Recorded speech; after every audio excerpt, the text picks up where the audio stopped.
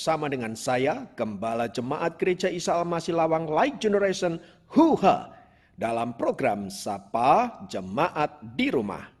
Tetap semangat, tetap berpengharapan, dan harus selalu yakin menjadi pemenang-pemenang di dalam Tuhan kita, Yesus Kristus. Firman Tuhan, kali ini saya ambil dari kitab Wahyu pasal pertama ayat yang ke-9.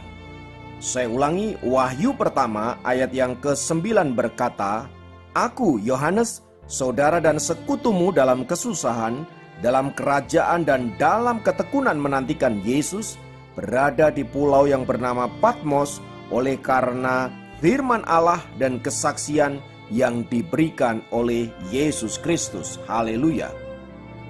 Saudaraku, kali ini saya ingin berbicara tentang Pulau Patmos.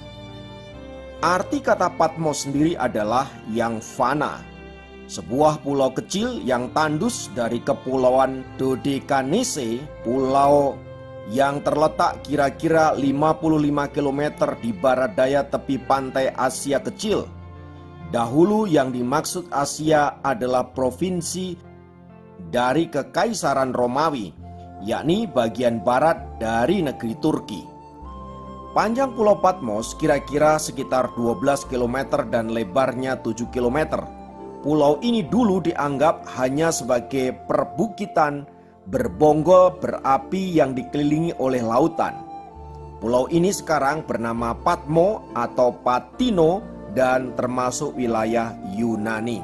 Nah, saudara-saudara, di Pulau Patmos inilah Rasul Yohanes menuliskan kitab Wahyu, kitab terakhir dari Alkitab yang kita miliki.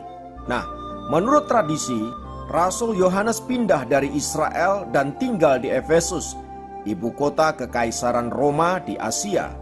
Pada masa itu, Kekaisaran Romawi menganiaya orang yang tidak mau menyembah Kaisar Roma, terutama para pengikut Yesus, dan Rasul Yohanes termasuk ada di dalamnya.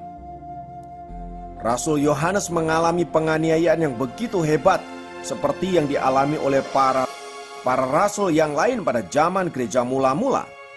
Rasul Yohanes digoreng hidup-hidup dalam minyak yang mendidih di Roma, tetapi Tuhan masih menginginkan dia, memakainya lebih jauh untuk menyatakan Injil Kerajaan Allah. Walaupun telah digoreng hidup-hidup, saudaraku, ia masih tetap hidup dan kemudian dia diasingkan ke sebuah pulau kecil yang bernama Patmos tadi. Nah, pada masa pembuangan selama beberapa bulan di pulau itu, saudara, ia menuliskan kitab Wahyu menjelang akhir pemerintahan Domitianus, Kaisar Romawi yang memerintah pada tahun 81 sampai 96 Masehi. Setelah kemudian ia dibebaskan dari situ, saudara-saudara, Rasul Yohanes kemudian menjadi uskup di Edesa, Turki. Meskipun ia pernah dianiaya, tetapi Yohanes adalah satu-satunya rasul yang mencapai usia lanjut dan meninggal dalam keadaan yang tenang. Nah, dari penjelasan soal Pulau Patmos ini, saudara-saudara, apa yang dapat kita tarik pelajaran di dalamnya? Pertama, Tuhan menginginkan agar setiap orang Kristen bertekun melayani Dia sampai akhir hidupnya. Sama seperti Rasul Yohanes yang mengalami begitu banyak penganiayaan dan penderitaan, namun dia bertekun sedemikian rupa sampai akhir hidupnya. Yang harus selalu diingat adalah bahwa penderitaan adalah bagian dari kekristenan dan merupakan alat penguji iman yang dipakai oleh Allah untuk menyatakan apakah kita anak-anak Allah yang setia kepada Allah. Sekalipun menghadapi tantangan yang begitu berat, penderitaan, bahkan nyawa taruhannya, Pulau Patmos mengingatkan kita akan perjuangan iman sampai akhir. Jangan berhenti di tengah jalan. Kita harus terus berjuang sedemikian rupa agar seluruh kehidupan kita mengalami kemenangan iman sampai pada akhirnya. Yang kedua, saudaraku, di tempat yang terpencil yang bernama Patmos itu, kita belajar menangkap isi hati Tuhan.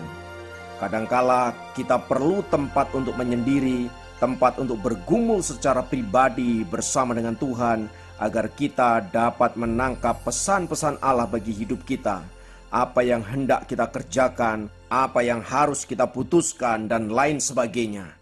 Kita perlu intervensi Allah, kita perlu hikmat dari Allah, dan seringkali itu Allah lakukan saat kita menyendiri bersama dengan Dia. Di tengah-tengah kesibukan dan berbagai pergumulan hidup saudaraku, jangan pernah lupa untuk punya waktu secara pribadi bersama dengan Tuhan. Yang ketiga, di Pulau Patmos yang terpencil itu, kita diingatkan bahwa kasih setia Allah dari selama-lamanya sampai selama-lamanya. Sejak Rasul Yohanes dipanggil menjadi murid Kristus, sampai dia ada di Pulau Patmos saudaraku, sekalipun mengalami berbagai-bagai penderitaan dan pergumulan, toh Pulau Patmos mau mengingatkan penyertaan Tuhan, pemeliharaan Allah yang senantiasa ada bagi orang-orang yang mengasihi Dia.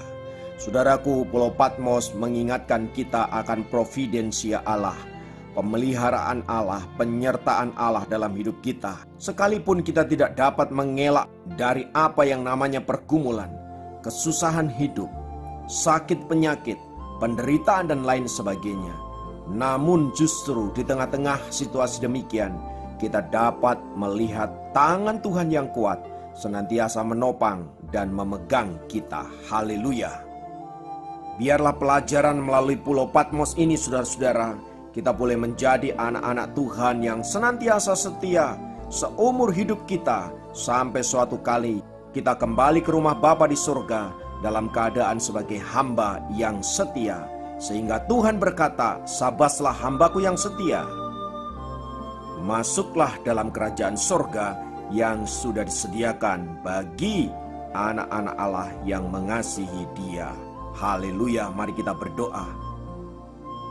Tuhan Yesus, kiranya Engkau terus menguatkan kami melalui kebenaran firman-Mu, agar kami boleh tetap setia mengiring Engkau, bertekun di dalam pengiringan kami akan Engkau, sampai seluruh rencana-Mu digenapi di dalam diri kami. Sekalipun ada begitu banyak tantangan, ada begitu banyak pergumulan, biarlah kami tetap kuat dan setia berpegang kepada janji firman-Mu untuk senantiasa menguatkan dan meneguhkan kami. Kami percaya kami pasti bisa melewati setiap pergumulan yang ada, karena kami tahu Engkau bersama dengan kami untuk menolong kami.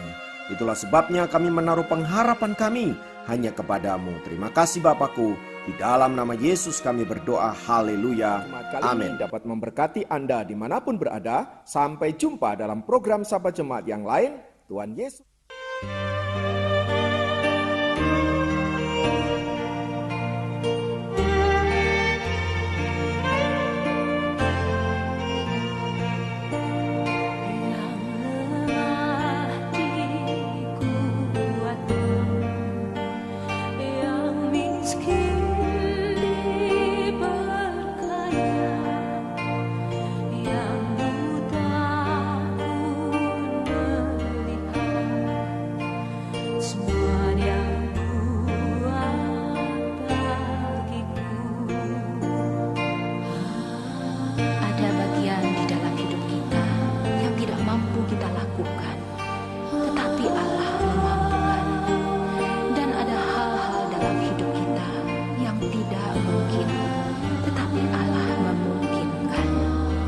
Sebab itu justru di dalam kelemahan